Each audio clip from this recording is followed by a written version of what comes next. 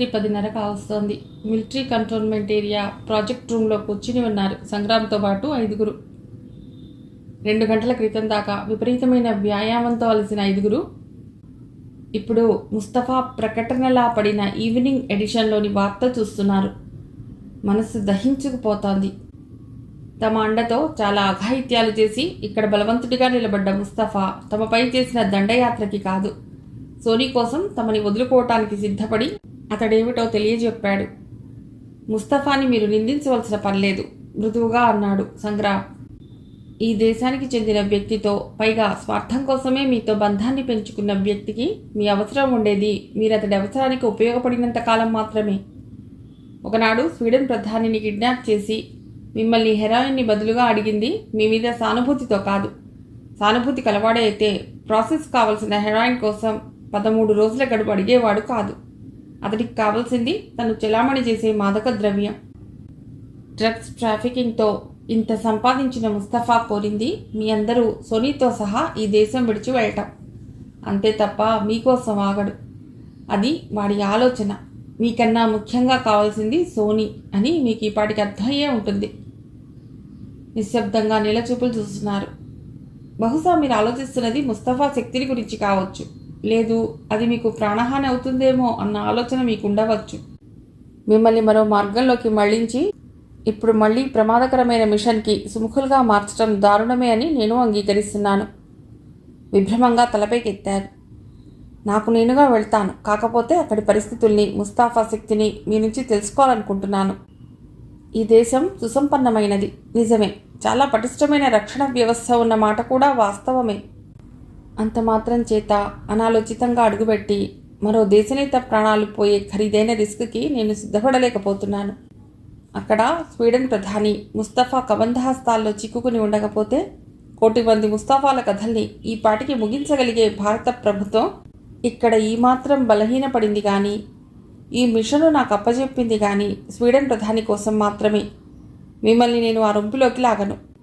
మీరు మనచిన మానవత్వాన్ని నిద్రలేపి ఈ నేలకి నేను చేసిన మేలుకి బదులుగా శత్రువు శక్తిని తెలియజేయండి. సంగ్రామ్ సాబ్, ఉద్విగ్నంగా లేచాడు అర్జున్. ఇంతదాకా తీసుకొచ్చిన మీరు ఇప్పుడెందుకు ఇలా బుజ్జగిస్తున్నారో నాకు అర్థం కావటం లేదు. మేం మారాం నిజమే, కానీ మా మార్పుతో మీకేం పని? ఎస్ మిస్టర్ సంగ్రామ్, దేశంలో అరాచకాన్ని సృష్టించడం మాత్రమే తెలిసిన మేము ఈరోజు దేశభక్తి గురించి మాట్లాడటం నీచంగా ఉంటుంది. ఒకనాడు వాడి చేతి నుండి సంధింపబడిన అస్త్రాలం, విచక్షణారహితంగా రక్తపాతాన్ని సృష్టించిన వాళ్ళం. ఇప్పుడు మీలాంటి వ్యక్తి చేతి నుండి ఈ నేల కోసం, ఈ దేశం కోసం మారణాస్త్రాలుగా మారాలనుకుంటున్నాం. అందుకు మీరు చేయవలసింది ఒక్కటే. చెప్పు. ఆ పోరాటానికి మమ్మల్ని మాత్రమే వెళ్ళనివ్వటం. లేదు, అసహనంగా అన్నాడు. మీకు మీరుగా వెళ్ళటానికి ఇది వ్యక్తిగతమైన పోరాటం కాదు. దేశం మొత్తం ఆసక్తిగా చూస్తున్న దేశానికి సంబంధించిన విషయం. ఈ విధి నిర్వహణలో ముందు వెళ్ళవలసింది నేను. ముస్తఫా శక్తి మీకు అర్థం కాదు. అర్థం చెప్పటానికి మీరున్నారు, కానీ మాకు వెనక ఎవరూ లేరు. ఠక్కున అన్నాడు అర్జున్. మాకేమైనా ఎవరూ పెద్దగా నష్టపోరు. మీరలా కాదు. భార్య బిడ్డ మామూలంగానే గతించిన మీ తండ్రి గారి జ్ఞాపకాలు. నన్ను మాట్లాడనివ్వండి. మా చుట్టూ ఉన్న మనుషులు అసహ్యించుకునేటంత నీచంగా బతికిన వాళ్ళం. ఎందుకు మారినా, ఎలా మారినా కానీ ఈ పనికి మేం పూనుకోవాలనుకుంటున్నాం. మరణమే తప్పనిసరైతే మీ కళ్ళలో నిలిచే 5 నీటి బొట్లుగా స్థానాన్ని సంపాదించాలనుకుంటున్నాం. ఆ చర్చ ఇంకా పూర్తి కానే లేదు. అప్పుడు వినిపించింది ఓ విస్ఫోటకం. నేల అదిరింది. ఇన్స్టిట్యూషన్లా సంగ్రామ్ గుండె చెదిరింది. ఏ పాసెమో తనని తొందర చేసినట్టు బయటికి పరుగుదీశాడు. చీకటి మండుతున్నట్టు, మేఘాలు తగలబడుతున్నట్టు, మంటలు కనుచూపు మేరలో పరుగెత్తారంతా. దిగ్భ్రాంతిగా నిలబడిపోయాడు సంగ్రామ్. ఎదురుగా ఉన్నది తన భవంతి కాదు, భస్మీపటలమైన 1000 ఏళ్ల తన స్మృతి. చుట్టూ నిర్వీణులై చూస్తున్న ప్రజా వెల్లువ. ఏమైంది? ఈ భవంతిలోనే తండ్రి నీడన అతడి బాల్యం గడిచింది. ఒక విజ్ఞాన ప్రకర్షకు, ప్రకృతికి చెరగని దీక్షాగర్భ స్మృతికి నిన్న మొన్నటి దాకా ప్రతీకగా నిలిచింది ఈ కోవెలే. వెచ్చని స్వప్నాలన్నీ పరిగెత్తే నిర్ధరిలాగా మధుర వంశీరవములన్నీ చిలికిస్తూ వ్యక్తిత్వాన్ని పెంచుకున్నది ఇక్కడే. పారిజాత పుష్పాల వంటి నవ్వుల్ని విరజిమ్ముతూ హేమంత శైత్యానికి గడ్డకట్టుకుపోతూ మొన్నటి వాసంత విహారాల మైకాన్ని, మధుర స్వర్గాన్ని సగభాగమైన ప్రత్యూషతో పంచుకున్నది ఇచ్చోటనే గదా. ఫైర్ సర్వీస్ లారీల చప్పుళ్ళు వినిపించటం లేదు. స్పృహ తప్పిపోయిన గీత ఇంకా బతికి ఉందని, స్వల్ప గాయాలతో హాస్పిటల్లో చేర్చబడిందని సంయుక్త చెప్తున్నా వింటూనే చూస్తున్నాడు సంగ్రామ్. ఏది ప్రత్యూష? ఏదమ్మా? జీవన వాస్తవికతల హాలాహలాన్ని నేను జీర్ణించుకోలేని వేళ ఓర్పులా ఓదార్పులా నన్ను గుండెలకు హత్తుకున్న చిరుగాలి అల ఏది? అగాధ బాధా పాద పతంగాల నడుమ నలిగే నన్ను అక్కును చేర్చుకుని శుక్రతార కిరణంలా సౌందర్య మధుళిని చిందించే గళంతో గానంలా నాలో వ్యాపించిన ఆ కవితేది? గుండె ఆకాశంపై హరివిల్లులా, అదృశ్య స్వర్గాన అశ్రుత గంధర్వంలా, జీవ కణాలలో పదిలంగా ఇమిడి జనన మరణాతీతమైన తాత్వికతని తెలియజెప్పిన ఆ నెచ్చెలి ఏది? అదిగో అక్కడ, కూలిన గోడల నడుమ, రాలిన బూడిద రేణువుల మధ్య. ఎవరమ్మా ఎవరు? సురుచిర స్వప్నంలా, సగంకాలిన పుష్పంలా నిర్వీర్యంగా పడి ఉన్న ఆ వ్యక్తి ఎవరు? అర్ధరాత్రి వేళ మంచుబొట్టులా ఇసుకలో రాలి ఇంకిపోయిన నా ప్రియనేస్తా. నేనమ్మా నేనే, నీ మనోగగనంపై నిన్నటిదాకా వెలిగిన నిలవంకని. అదేమిటి? నా కనురెప్పల మాటన దాగిన నిశ్శబ్ద ప్రపంచాన్ని వన్నావే. మసక వెలుతురులో పోక చెట్ల నీడన నిలబడి నా కోసం నిరీక్షించే క్షితిజరేఖనన్నావే. దట్టమైన అడవిలాంటి నా ఆలోచనల్లో ఎప్పటికీ చెరగని నిగూఢ రహస్యాన్ని అంటూ చిరుసిగ్గు పూలని చెంపలపై పండిస్తూ మిగిలిపోతానని మాటిచ్చి అసంపూర్ణ చిత్రంలా ఇలా మారామేమిటి? నల్లని కంబళిలా కప్పిన చీకటి చీల్చే విద్యుత్ దీపాల వెలుగులో ప్రత్యూష శవం కనిపిస్తుంది. సంగ్రామ్ చెంపలపై కన్నీటి ధారలు. అతడు మాట్లాడటం లేదు, మూగవాడైపోయాడు. మేరు నగధీరుడే కానీ ఇప్పుడు దారి తెలియని పాంధుడిలా ఉన్నాడు. సాహసం కవచంగా ఏకాంత దీక్షతో ఎన్నో సాధించిన సంగ్రామ్ ఇక్కడిలా స్తబ్దుడు కావడం అసాధారణ విషయం కాదు. ఎంత చేవ ఉన్నా అతడు మనిషే. అదో ధ్యానం, నిర్వికల్ప సమాధి. నిస్త్రాణంగా కళ్ళు మూసుకుని శిలలా ఉండిపోయాడు. పోలీసులతో పాటు బేలిస్టిక్ నిపుణులు అక్కడ పరిసరాల్లో రాళ్ల మధ్య పడి ఉన్న డైనమైట్ ముక్కల్ని పరిశోధిస్తుంటే ముస్తఫా వంటి ప్రత్యర్థికి ఎదురు నిలిచిన ఓ మేజర్ వ్యక్తిగతంగా ఎంత కోల్పోయింది పత్రికల్లో రాయాలని విలేకరులు ఉబలాటంగా ఫోటోలు తీస్తున్నారు. తెల్లవారేసరికల్లా ఈ వార్త భారత ప్రధాని చేరుకుంది.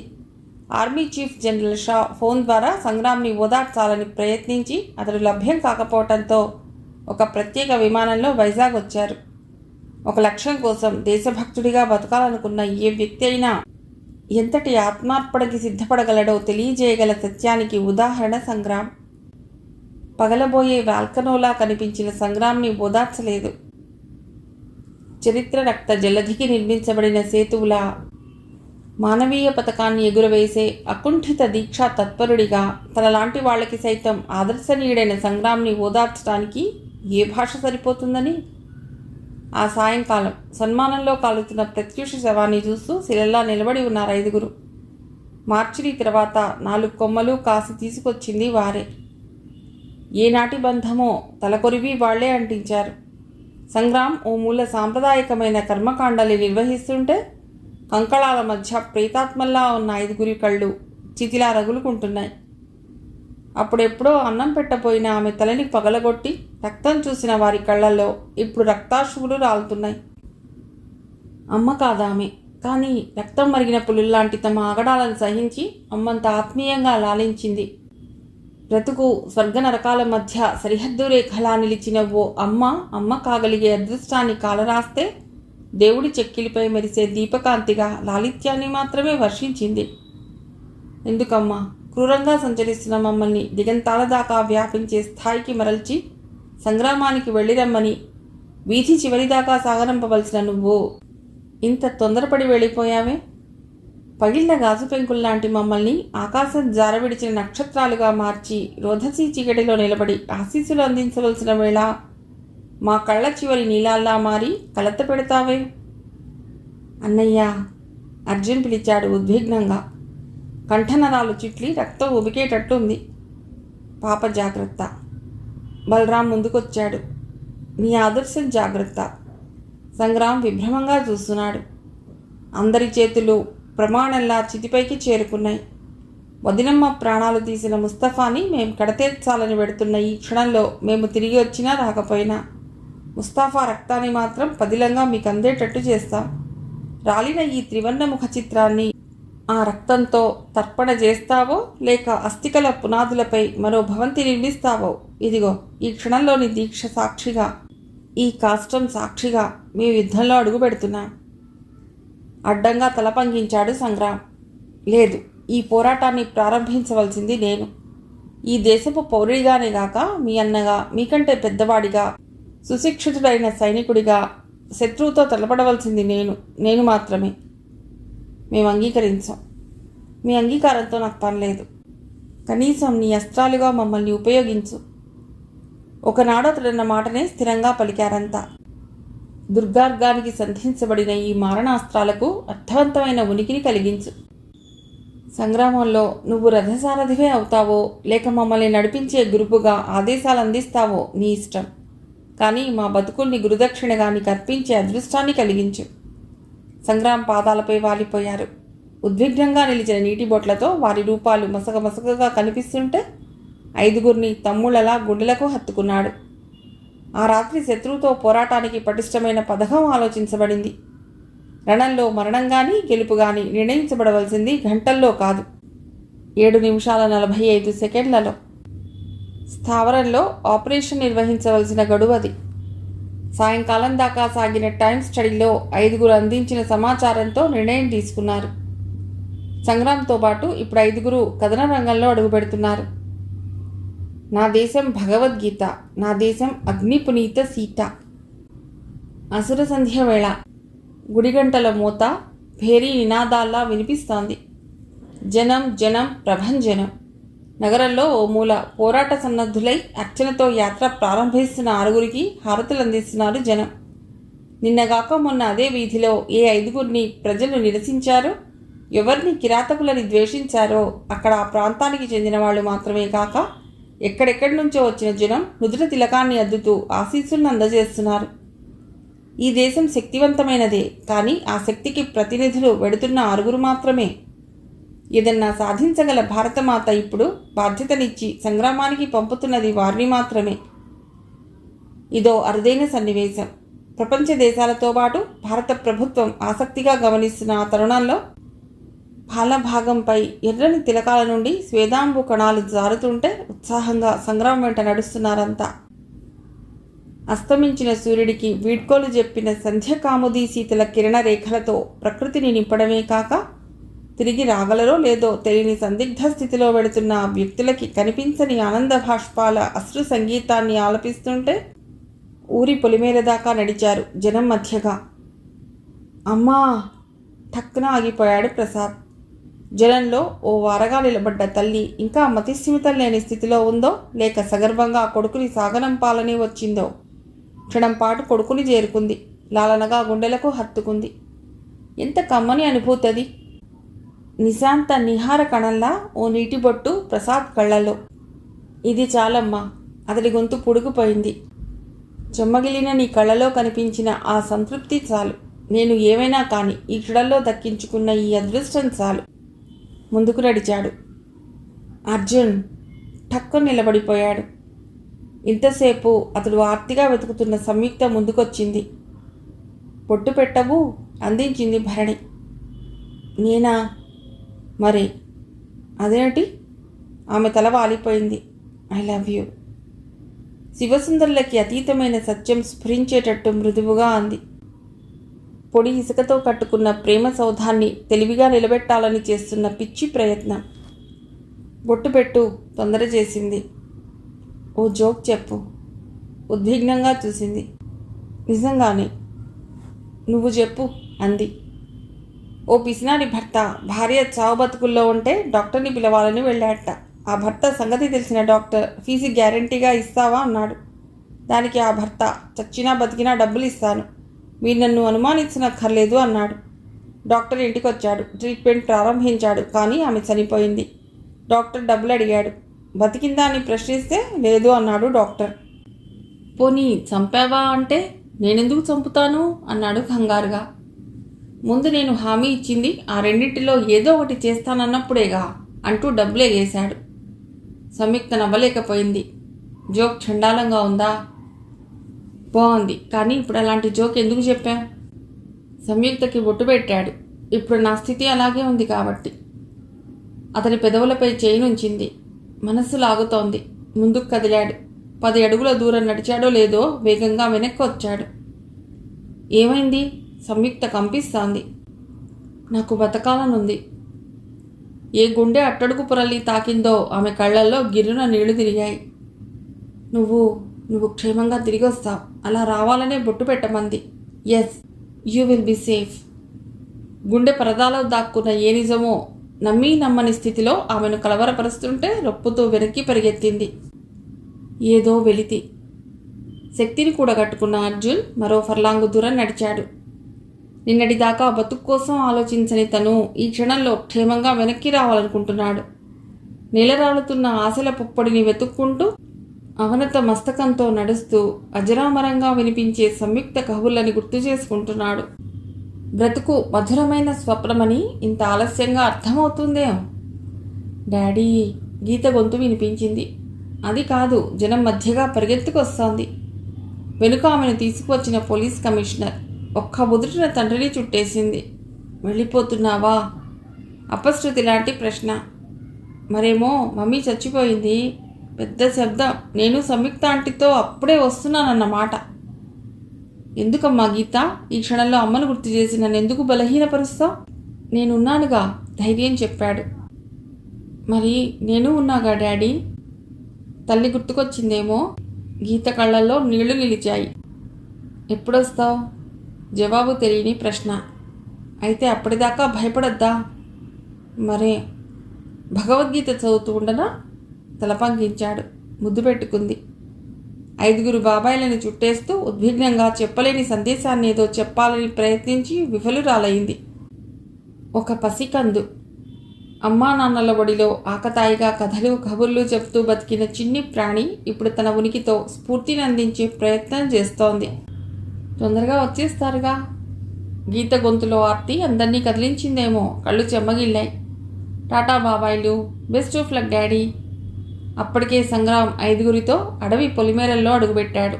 ప్రమాదాన్ని ఊహిస్తున్నాడే గాని ముస్తఫాకి తెలియదు ఒకరోజు ముందుగా ప్రమాదాన్ని ఎదుర్కోవలసి వస్తుందని. భారత ప్రభుత్వ మెషినరీ అంతా సంసిద్ధంగా ఎదురుచూస్తున్న తరుణంలో రాత్రి 10 గంటల వేళ భారత ప్రధాన సెక్రటేరియట్ సమాలోచన మందిరంలో ఫోన్ రింగ్ అయింది. అతి వ్యక్తిగతమైన ఫోన్ కోసమే నిరీక్షిస్తున్నట్లు ఫోన్ అందుకున్నాడు ప్రధాని. Yes, prime minister here. నేనే, వినిపించింది ముస్తఫా కంఠం. సంజ్ఞ చేశాడు ప్రధాని. ఫోన్కి కనెక్ట్ చేయబడిన స్పూల్ తిరగడం ప్రారంభించింది. హోమ్ సెక్రటరీ, సిబిఐ చీఫ్తో పాటు ఆర్మీ చీఫ్ షా ఆసక్తిగా గమనిస్తున్నారు. బాగున్నారా ప్రైమ్ మినిస్టర్? ఎస్, చెప్పు. రేపటితో నేను ఇచ్చిన గడువు తీరిపోతుంది. అంటే రేపు సాయంకాలానికల్లా? అవును, గుర్తుంది. కాబట్టే చివరి మార్పిడి.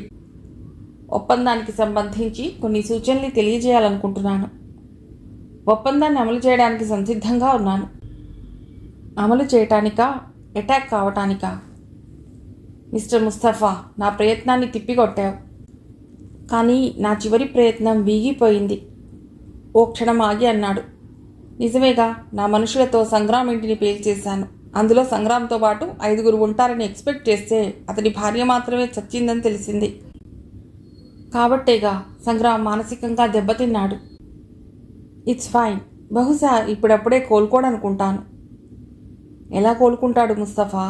ఒకనాడు నీ ముఠా మూలంగానే తండ్రిని కోల్పోయిన సంగ్రామ్ ఇప్పుడు భార్యని పోగొట్టుకున్నాడు. ముస్తఫా లాంటి అగ్నిపర్వతాన్ని ఢీకొనడం నేరం కదూ? ఆలస్యంగా అర్థమైంది. ప్రస్తుతం ఏం చేస్తున్నట్టు? ఆ వివరాలు నీకే బాగా తెలిసి ఉండాలి. నీ నోటితో వినాలనుకుంటున్నాను. తెలియదు. అదే, ఒకనాడు నిజానికి అతడి ద్వారా ఏదో సాధించాలనుకున్న మాట నిజమే. అయినా ఇప్పుడు అతడి స్థితి చూశాక ఉపయోగం లేదని అర్థమైంది కాబట్టి. గుడ్, మంచి అనాలిసిస్. సరే, సోనీ ఎలా ఉంది? మా రక్షణలో భద్రంగా ఉంది. ఉంటుంది, ఉండి తీరాలి. లేకపోతే నీ దేశాన్ని అంతర్జాతీయంగా ఎక్స్ప్లోజ్ చేసే ఆయుధాలు 2 నా దగ్గరున్నాయి కాబట్టి. మార్పిడి విషయానికి వద్దాం. నీ వ్యవహార దక్షతకి నా జోహార్లు. So coming to the point. క్షణం విరామం. రేపు సాయంకాలం కాక చీకటినే మార్పిడికి సిద్ధం అవుదాం. చెప్పు. ప్రధాని ఆలోచనగా చూస్తున్నాడు. రేపు ఉదయం సరిగ్గా 6:30 కల్లా విశాఖపట్నం ఎయిర్పోర్ట్లో నువ్వు మీ వాయుసేనకి చెందిన జెట్ విమానాన్ని సిద్ధం చేయాలి. నేను స్వీడన్ ప్రధానితో సహా వస్తాను. సరిగ్గా 6:32 నువ్వు నా మెటీరియల్తో పాటు సోనీని అప్పచెబితే ప్రధానితో పాటు నేను విమానంలో అడుగుపెడతాను. ప్రధానిని నాకు అప్పగించాలిగా. లేదు, నీ విమానంలోనే నాకు రక్షణ కల్పిస్తున్న ఓ మిత్ర దేశానికి వెళ్ళి అక్కడ ప్రభుత్వానికి స్వీడన్ ప్రధానిని హ్యాండ్ ఓవర్ చేస్తాను. నీకు ఇక్కడ సేఫ్గా దక్కేది డీజీపీ సత్యేంద్ర మాత్రమే. ఒప్పందాన్ని ఉల్లంఘిస్తున్నావు. అవకాశం నాది, అవసరం నీది. తప్పదు.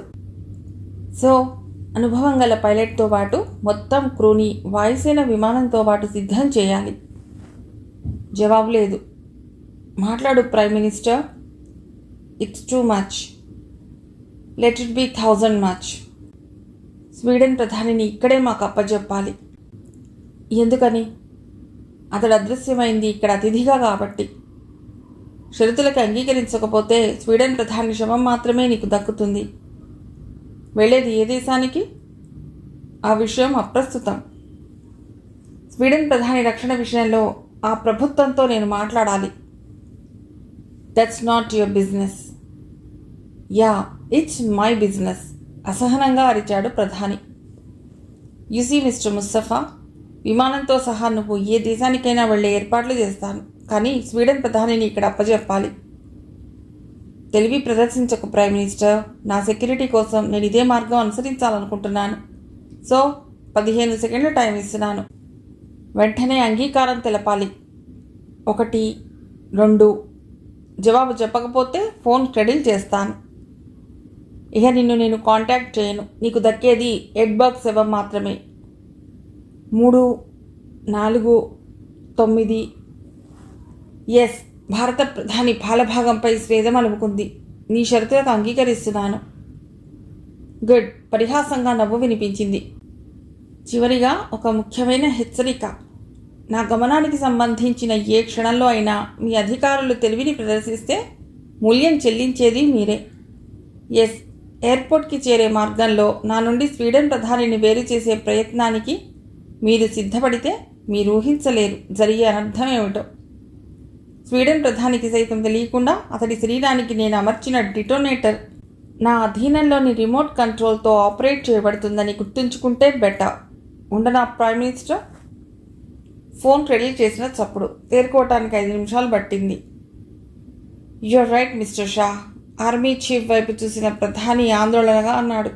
మీరు ఊహించినట్టు స్వీడన్ ప్రధానితో పాటు ఈ దేశం విడిచి వెళ్లాలనుకుంటున్నాడు. That bastard. టేప్ ఆన్ చేశాడు. 2 చర్చ విన్నారు అధికారులు. What shall we do? Mustafa మాట నిలబెట్టుకోవటం లేదని అర్థం అవుతోంది. We have to do something. Army chief ఆలోచనగా అన్నాడు. ముస్తఫా ఈ దేశ సరిహద్దుల్ని దాటి వెళ్ళకూడదు. ప్రైమ్ మినిస్టర్ ఎడ్బర్గ్ని మరో దేశం దాకా తీసుకువెళ్ళడం మన ప్రతిష్టకి అంత మంచిది కాదు. టెన్షన్గా ఆలోచిస్తున్నారంతా. సరిగ్గా అదే సమయంలో అంతిమ పోరాటానికి సంసిద్ధుడైన సంగ్రామ్ తన అనుచరులతో స్థావరం సరిహద్దులోకి ప్రవేశించాడు. ఆవరణ నిండా విద్యుత్ దీపపు కాంతులు. సమీపంలో జనరేటర్ చప్పుడు. మృత్యునాదంలా వీస్తున్న గాలి అలలు. ఓ మూల పొదలవారగా నిలబడి జేబులోని బ్లూ ప్రింట్ని పక్కన పరిచాడు. పెన్ టార్చ్తో చూసి మరోసారి స్థావరం నైసర్గిక స్వరూపాన్ని జీర్ణించుకున్నాడు బలంగా. వెనుక 2 పక్కలా గుట్టలు. వాయవ్య దిక్కున సరిహద్దులా దట్టమైన అడవి. ఆగ్నేయంగా రోప్వే.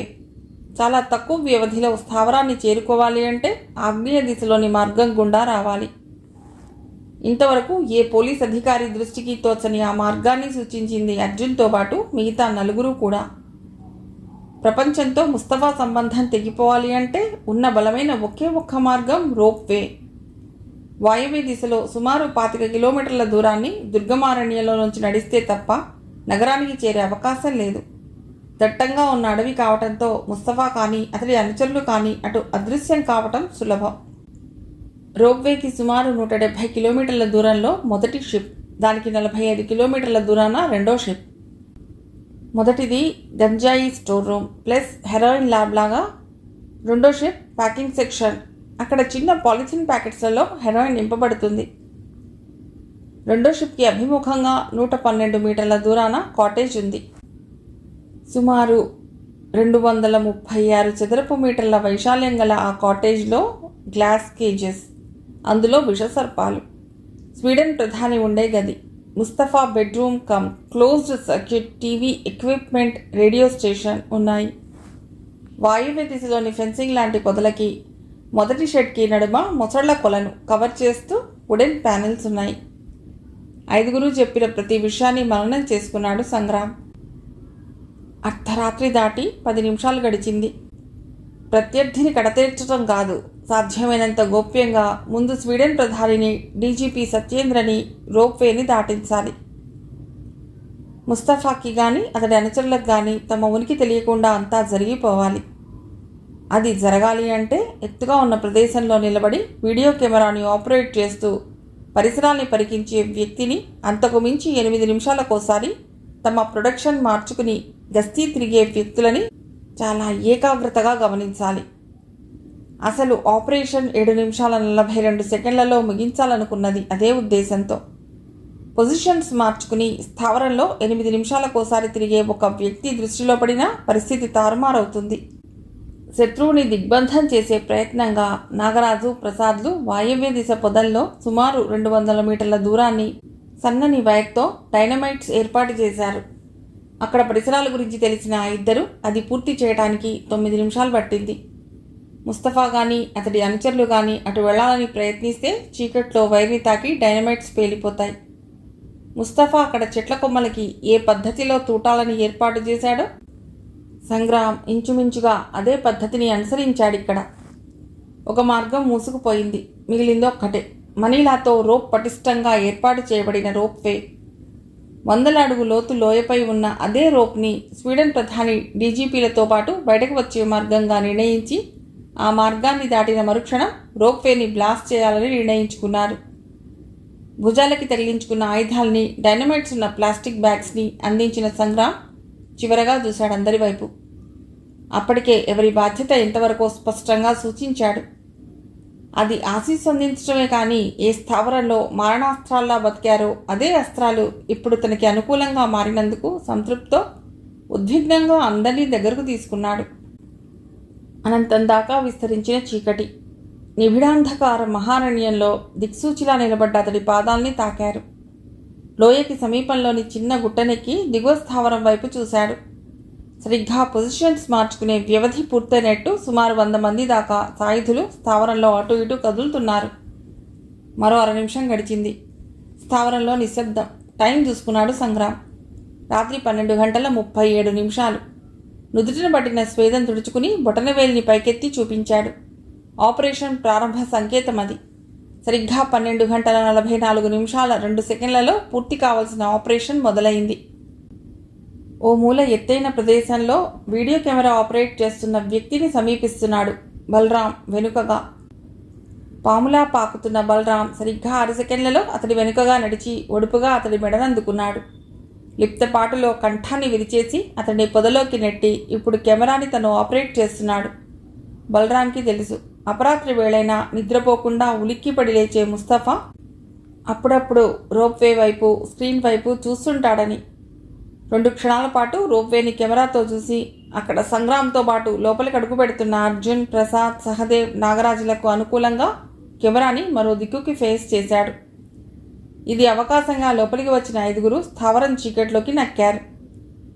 కెమెరా ఇప్పుడు యథాతథంగా రోప్వేని చూపిస్తోంది. 12 సెకండ్లు గడిచింది. సహదేవ్, ప్రసాద్లు వేగంగా షెడ్స్ వైపు కదిలారు. క్రీనీడలో వంగి టైం బాంబ్స్ సెట్ చేస్తున్నారు. అది పూర్తయ్యేలోగా సంగ్రామ్ కాటేజీని చేరుకోవాలి. అర్జున్ వైపు చూశాడు సంగ్రామ్. అతడి చేతిలో అర్ధంగుళం వ్యాసార్థంతో నల్లరంగు పూయబడిన మనీలా తాడుంది. అర్జున్ ఓ మూలనున్న చెట్టెక్కి కాటేజ్పై గోపురంలా ఉన్న ఇనుప చువ్వల్ని గురిచూసి రోప్వే విసిరబోతుండగా కనిపించింది. కాటేజ్ ముందు టెర్రస్ లాగా ఉన్న ప్రదేశంలోకి వచ్చి నిలబడ్డాడు ముస్తఫా. అప్పుడప్పుడు స్క్రీన్లో నుంచి కాక స్వయంగా బయటకు వచ్చి చూడటం అతడికి అలవాటు. 3.5 సెకండ్ల పాటు అలా నిలబడి వెనక్కి మరలాడు. క్విక్ విస్పరింగ్గా అన్నాడు సంగ్రామ్. 3.5 సెకండ్ల ఆలస్యం. కాంపన్సేట్ చేయాలి. తాడు నేలకి 32 అడుగుల ఎత్తులో ఉన్న కాటేజ్ ఇనుప చువ్వల్ని గురిలా గుచ్చుకుంది. వెనువెంటనే రెండో కొనను చెట్టు కొమ్మకి చుట్టి బలంగా పట్టుకున్నాడు అర్జున్. అరచేతికి పుల్లీల్ని అమర్చుకున్న సంగ్రామ్ బలాన్ని కూడగట్టుకుంటూ ట్రాలీలా వేగంగా కాటేజ్ పైభాగాన్ని చేరుకున్నాడు. చిన్న పెంకు విరిగి పడింది. ముస్తఫా గ్రహించలేదది. కానీ విషసర్పాలలో చిన్న కదలిక. వెంటిలేటర్లా ఉన్న సన్నటి మార్గం గుండా చూశాడు సంగ్రామ్. లోపల కేజ్లో బుస్మంటూ లేచిన ఓ కళింగనాగు శత్రువుని గమనించినట్టు పడగ పైకెత్తి చూస్తోంది. 1.5 నిమిషాలు గడిచాయి. తాడును చెట్టుకు కట్టిన అర్జున్ చెట్టుపై నుండి దూకి సబ్మెషిన్ గన్ని భుజానికి వేలాడదీసుకుంటూ చీకట్లో కాటేజ్ దగ్గర దూసుకుపోయాడు. మరో 12 సెకండ్లు. అప్పటికే వెంటిలేటర్కి 2 గజాల దూరంలో ఉన్న ఓ ఇల్యూమినిస్ గ్లాస్ని చేతులతో లాగేశాడు సంగ్రామ్. టైం బాంబ్స్ని సెట్ చేసిన ప్రసాద్, సహదేవ్లు క్రీనీడల్లో పాకుకుంటూ కాటేజ్ని చేరుకున్నారు. 4 చదరపు అడుగుల గ్లాస్ తలుపుని సమీపించిన సంగ్రామ్ పైనుండి ఓ తాడుని లోపలికి జారేశాడు. ఆ చిరు తాకిడికి ఉలికిపాటుగా లేచిన స్వీడన్ ప్రధాని అసంకల్పితంగా చేసిన పొరపాటదే. తాకింది సర్పం అనుకున్నాడేమో, అరిచాడు అసంకల్పితంగా. Who is it? ఆ కేక ఎంత దూరం వినిపించింది అంటే ముస్తఫా కళ్ళు తెరిచాడు. ఏం జరుగుతోంది? 6th సెన్స్ ఆదేశంలా ఓ బటన్ నొక్కాడు. అంతే. టవర్ నుండి దిగుతున్న సంగ్రామ్ రూపం కనిపించింది. బాస్టర్డ్! ప్రమాదాన్ని సూచించే అలారం మోగింది స్థావరం అంతా. సంగ్రామ్ ఆగిపోయాడు. ఓ మూల బడలికగా కూర్చున్న డీజీపీ సత్యేంద్రకు అర్థమైంది జరుగుతున్నదేమిటో. సంగ్రామ్ మిషన్కి స్వీడన్ ప్రధాని మూలంగా విఘాతం ఏర్పడిపోయింది ప్రత్యర్థి గమనించడంతో. స్థావరంలో సాయుధులైన ముస్తఫా అనుచరులు ఆందోళనగా పరిగెత్తుతున్నారు 4 దిక్కులకు. కొందరు కాటేజీ వైపు దూసుకుపోతున్నారు. దూరంగా ఉన్న బలరాంకి తెలిసిపోయింది. ఒక్క సంగ్రామ్ మాత్రమే కాదు, ప్రధానితో పాటు సత్యేంద్ర, తన మిత్రులు ఆపదలో చిక్కుకున్నారని. కెమెరాని కసిగా విసిరేశాడు. ముస్తఫా ముందు స్క్రీన్లో ఇప్పుడు అడవి తిరగబడినట్టు కనిపిస్తోంది. నొసలు చిట్లించాడు. ఉద్విగ్నంగా బయటకు నడవబోయాడు. అదిగో అర్జున్ దూసుకొచ్చాడు బాణంలా. మోచేతితో ముస్తఫాని బలంగా అదిమిపెట్టి ముందున్న ఓ నీలం రంగు బటన్ని ప్రెస్ చేశాడు. ముసళ్ల కొలను తెరుచుకుంది. కెవ్వుమన్నారు పైన వరుసగా పరిగెడుతున్న ముస్తఫా అనుచరులు. 1, 2 కాదు, 15 మంది దాకా జారిపోయారు. ఆదమర్చి ఉన్న అర్జున్ ముస్తఫా కదలికతో నేల కొరిగేవాడే. బలంగా వెన్నుముఖపై మోచేతితో పొడిచాడు అర్జున్. పరిస్థితి చేయిదాటిపోతోంది. బయట తూటాల మూతతో ఈ విషయం అర్థమవుతోంది. ముస్తఫా ద్వారానే అదుపు చేయాలి. 100ల సంఖ్యలో ఉన్న ముస్తఫా మనుష్యుల్ని ఆ స్థితిలో తమ శక్తితో నిరోధించడం సాధ్యం కాని పని. బయట చీకట్లో నుంచి ముస్తఫా అనుచరులపై తూటాల్ని కురిపిస్తున్నారు. బలరాం ఒక్కడే కాదు, సహదేవ్, ప్రసాద్లు అతడికి సహకరిస్తున్నారు. బాస్టర్డ్! ఒడుపుగా తప్పించుకోవాలనుకున్నాడు ముస్తఫా. కానీ డొక్కలో తగిలిన దెబ్బకి తూలిపడ్డాడు ముస్తఫా. అర్జున్ బారి నుండి తప్పించుకోవాలనుకున్నాడేమో. వేగంగా నేలపై కసితో రివాల్వర్తో గ్లాస్ కేజెస్ని కాల్చాడు. అదే పోరాటాన్ని మరో మలుపు తిప్పిన సంఘటన. భళ్ళున పగిలిన అద్దాలు, బుస్మంటూ కదిలాయి విషసర్పాలు. తన తప్పేమిటో తెలిసిన ముస్తఫా పరిగెత్తింది బయటకు కాదు, పైకి దూసుకొస్తున్న సర్పాల బారి నుండి తప్పించుకుంటూ వెనక్కి మరలి గదిలోకి చొరబడ్డాడు.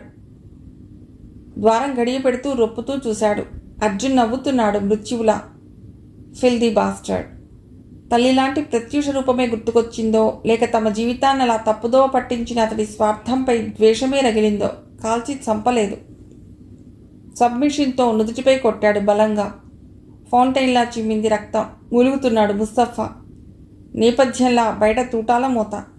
ఇక్కడ నేలపై పడ్డ ముస్తఫా గుండెలపై కాలుంచి అర్జున్ రోషంగా నొక్కుతున్న సమయానికే గ్లాస్ ప్యానెల్స్ని దాటి విషసర్పాలు స్వీడన్ ప్రధాని కేజ్ దిక్కుగా ప్రయాణం చేశాయి.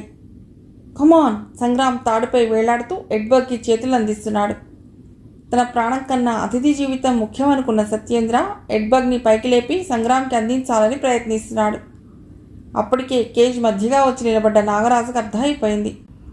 ఇప్పుడు నిర్బంధంలో ఉన్న ముఖ్య వ్యక్తులిద్దరూ బలి కాబోయేది ముస్తఫా అనుచరులకి కాదు, విషసర్పాలకి. పాము గరళంతో సర్పంగా పెరిగిన నాగరాజు ఇహ ఉపేక్షించలేదు. కాటేస్తున్న సర్పాల మధ్యగా పరిగెత్తి సత్యేంద్ర ఎడ్బగ్లని భుజాలపైకి ఎక్కించుకున్నాడు.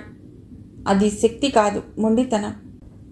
ఇచ్చిన మాట నిలబెట్టుకుని ఒక మంచి మనిషిగా మిగిలిపోవాలన్న పిచ్చి ఉన్మాదం. కోబ్రా నాగరాజుపైకి పడగ విసిరింది. ఓ త్రాచు అతడి పాదాల్ని చుట్టేసింది. అయినా పట్టు సడలించలేదు. సత్యేంద్ర ఎడ్బగ్తో సహా కాటేజ్ పైభాగం చేరుకున్నాడు నాగరాజు. ప్రయత్నం ఫలించినట్టు ఎంత ఉత్సాహంగా ఉందని కసిగా పైన పడుతున్న విషసర్పాల్ని చూస్తూ మెషిన్ గన్ని పిచ్చిగా ప్రయోగించాడు.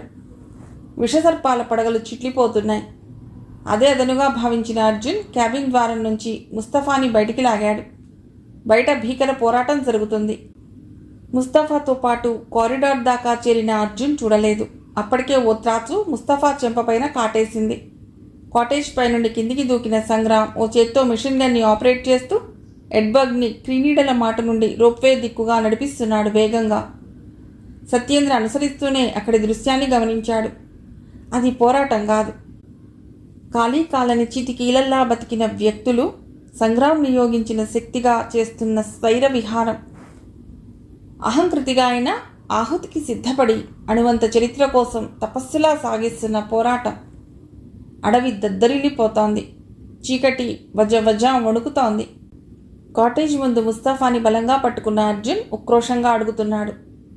ముస్తఫా, నీ ప్రాణం దక్కాలి అంటే నీ బలగాన్ని ఆగిపోమ్మను, వెంటనే ఆదేశించు.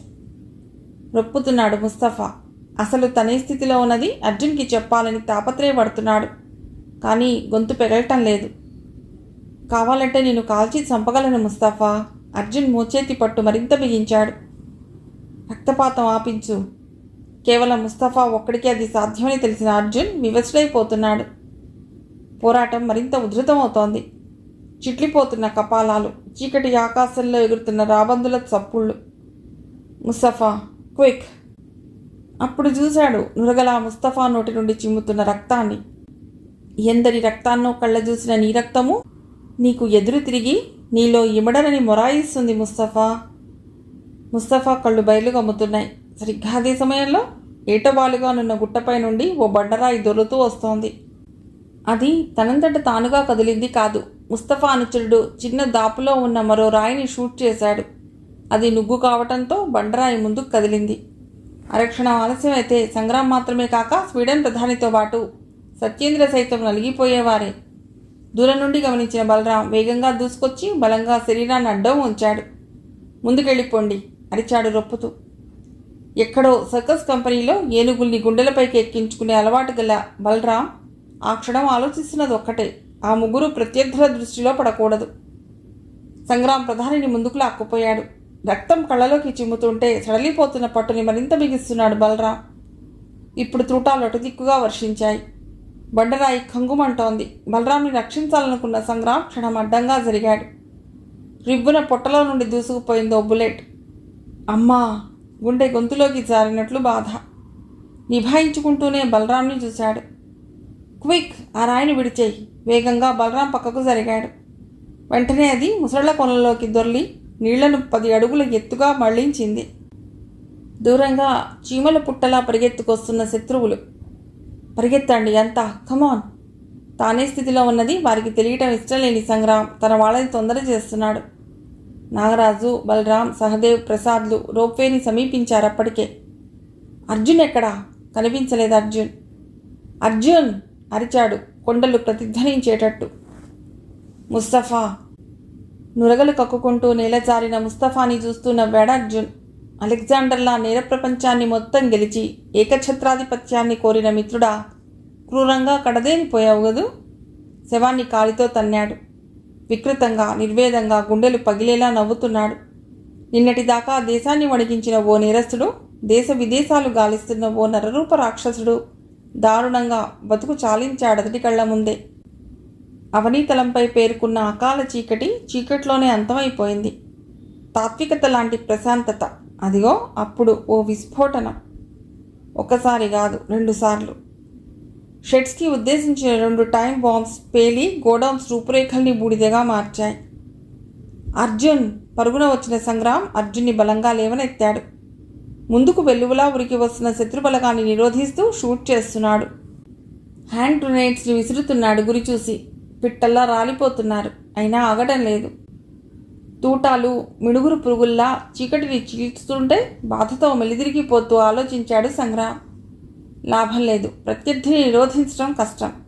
సకాలంలో రోప్వేని దాటకపోతే, కనీసం తన వాళ్ళని దాటించకపోతే మొదలైన యజ్ఞానికి అర్థం లేకుండా పోతుంది. హరి అప్! అప్పుడు చూశాడు. ముస్తఫా అనుచరులు రోప్వేని షూట్ చేస్తున్నారు. అప్పుడే ఓ పక్క రోప్ తెగిపోయింది. దాటాలనుకున్న ఎడ్బర్గ్ భయంతో ఆగిపోయాడు. వ్యవధి లేదు. శత్రువు రాహువై దూసుకొస్తున్నాడు. రోప్వే నాశనమైతే మిగిలేది మృత్యులోయ. వెంటనే దాటించాలి. వెళ్ళండి. తాడును 2 చేతులతో పట్టుకున్నాడు సంగ్రామ్. వెళ్ళిపోండి అరిచాడు. అది సరైన నిర్ణయం కాదని తెలుసు, కానీ తప్పదు. వద్దు, మేం శత్రువుల్ని ఆపుతా, మీరు వెళ్ళండి. బలరాం తాడిని అందుకోబోతుంటే క్రోధంగా అరిచాడు సంగ్రామ్. డోంట్ బీ ఫోలిష్, వెళ్ళండి. అవాక్కయ్యారు. ఇది నా ఆదేశం, దృఢంగా అన్నాడు సంగ్రామ్. అన్నయ్య! అందరి కళ్ళల్లో అశ్రువులు నిలిచాయి. ప్లీజ్! కడుపులో దూరిన తూట ఖరాళమంటోంది. శక్తి క్షీణించిపోతోంది.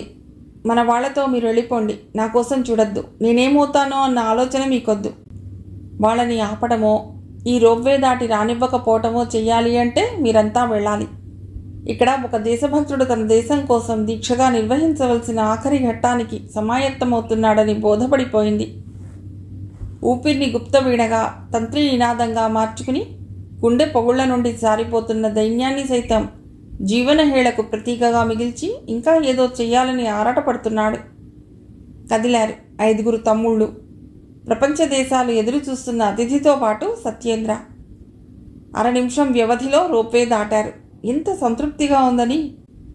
అంతరాంతర రంగస్థలంపై కమనీయంగా పతాక సన్నివేశం నడిపిన మహానటుడిలా, మహాప్రస్థానానికి సారథ్యం వహించిన తిరుగులేని మహారథుడిలా వెళ్ళిపోతున్న వ్యక్తుల్ని చూస్తున్నాడు. భుజాన్ని చీల్చింది ఓ బుల్లెట్. ఎముక విరిగింది. మరో తూట వెన్నుమకని వ్రయ్యలు చేసింది. అప్పుడు తేరుకున్నాడు సంగ్రామ్. సబ్ మెషిన్ గన్తో గురిచూసి కాల్చాడు. శత్రువుని కాదు, రోప్వే అంచుల్ని. తెగిపోయింది. శత్రువు ముందుకు సాగే ఒకే ఒక్క ఆధారం వీగిపోయింది. వెనక్కి తిరిగాడు. బడలికగా ఉంది. జీవనవనంలో ఆకులు పువ్వులు రాని చెట్టులా శక్తి సన్నగిల్లిపోతోంది. ఎదురుగా నిలిచింది ఎందరో అతడికి తెలియదు. అయినా హిమసుందర శృంగమై, ధాత్రి నుండి స్వర్గం దాకా విస్తరించగల సాహస సింహమై, సమ్యక్ సిద్ధాంత రథంపై రథసారథిలా, క్రూర మృగాల సంకురారణ్యాన ప్రకృత్యార్థాల ఝంఝా మారుత్తలా చివరిదాకా నిలబడాలనుకున్నాడు. గ్రెనేడ్స్ విసురుతున్నారు. తూటాలని వర్షంలా కురిపిస్తున్నారు. ఇదేమిటి?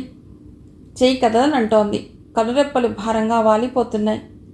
కొన్ని కోల్పోయాక ఇంత సాధించినందుకు గుండె అట్టడుగు పొరలు ఉద్విగ్నంగా అందించే మత్తులా, మొన్న తూట్లు పడ్డ మనసు కన్నా ఛిద్రమవుతున్న ఇప్పటి శరీరం అందించే నొప్పి ఏమాత్రం అనిపించేలా ఉత్తేజంగా చూస్తున్నాడు. నా తలపై వెన్నెల వర్షం కురిపిస్తున్నది సూర్యుడా? నా భృగుడి లోపల పగులుతున్న గోళం ఏమిటబ్బా? నా గుండెలోంచి దూసుకుపోతున్నది భూమధ్యరేఖేనా? సహకరించలేని 2 చేతులు ఆయుధాల్ని సంధిస్తుంటే, రాలిపోతున్న శత్రుమూకలు సంబరాన్ని అందిస్తుంటే తూలిపోతూ నవ్వుకున్నాడు. రాలిపోకూడదని మైకంతో తూలిపోతున్నాడు. జాతసహి ధ్రువో మృత్యు. సంగ్రామ్ పాలభాగం చిట్లిపోయింది. ధ్రువం జన్మ మృత్యుశ్చ. గుండె జల్లెడగా మారింది. తస్మాత్ అపరిహార్యత్ సత్వం శోభితుమర్హసి. ఎక్కడో గీత, చదువుతున్న గీత వినిపిస్తుంటే, మరెక్కడో నిలబడ్డ ప్రత్యూష వీరపత్నిలా ముసిముసిగా నవ్వుతుంటే, పంజాబ్, సింధ్, గుజరాత్, మరాఠా, ద్రావిడ, ఉత్కళ, వంగ, వింధ్య, హిమాచల, పంజాబ్ నుండి కన్యాకుమారి దాకా నేలని తడిపే రక్తపాతం గుర్తొస్తుంటే, నేల 4 చెరగులా రాలిపోతున్న జనాల ఆక్రందన గుండెల్ని కొరికేస్తుంటే, రక్తసిక్తమైన భారతమాతలా పగిలిపోతున్న భారత పటంలా వందే మాతరం నేల కొరిగాడు సంగ్రామ్. మేజర్ సంగ్రామ్. దూరంగా మిలిటరీ బ్యాండ్ విషాద గీతం ఆలపిస్తుండగా బారులు తీరిన సైనికులు ఆయుధాలను మరల్చి అంజలిలు ఘటిస్తుండగా దేశ రాజధానిలో రాష్ట్రపతి భవనంలో సమావేశం ఏర్పాటు చేయబడింది. అక్కడ దేశ విదేశాలకు ప్రతినిధులైన రాయబారులే కాక త్రివిధ దళాలకు చెందిన అధికారులు ఉన్నారు. గాద్గదికంగా అన్నాడు రాష్ట్రపతి. జననీ జన్మభూమిశ్చ స్వర్గాదపి గరీయసి అన్న సూక్తికి రూపమై ఆహుతైన మేజర్ సంగ్రామ్కి నా ప్రణామాలు. ఈ నేల కోసం, ఈ గాలి కోసం చివరిదాకా పోరాడి భారత చరిత్రలో లిఖించదగ్గ ఒక అధ్యాయంగా కనుమూసిన నా సోదరుడికి అశ్రు తర్పణాలు. అచంచలమైన దీక్షతో ఎందరికో మార్గదర్శకుడైన భరతమాత ముద్దుబిడ్డగా అసువులు బాసిన ఆ మహోన్నతుడికి నా నీరాజనాలు. గీతని వేదికపైకి పిలిచారు.